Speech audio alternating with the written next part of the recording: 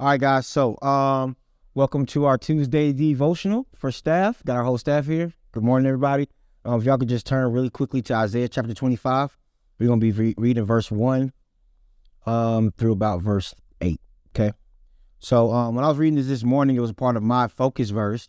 And what was encouraging was it was talking about the understanding that we all are going through something right now, right? Whether you can admit it or whether or not you say it out loud, or whether or not your friends know or not, either you're going through something personally or going through something publicly.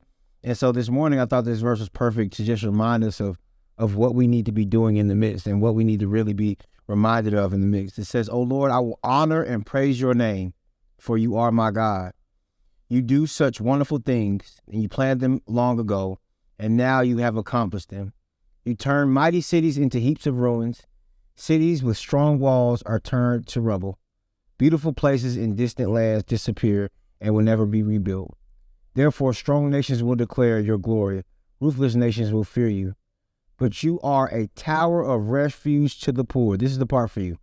"You are a tower of refuge to the poor, O Lord, a tower of refuge to the needy in distress.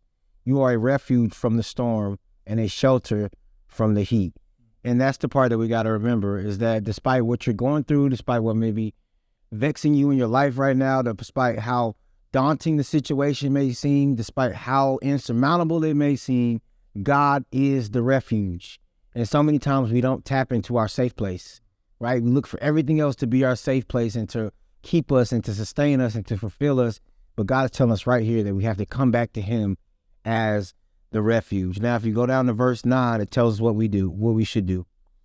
It says, "In that day, when we begin to understand the refuge that God gives us," he says, "in that day, we will proclaim, this is our God.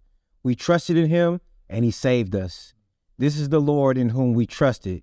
Let us rejoice in the salvation that he brings."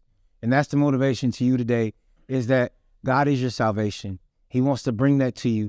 But not only does he want to bring you salvation, but once he has done what he does, he wants you to give him the glory, because somebody else needs to be encouraged that God brought you through and that he'll bring them through just like he did for you. So that's our Tuesday Devo. Hope you enjoyed it. We love you guys. Have a great week.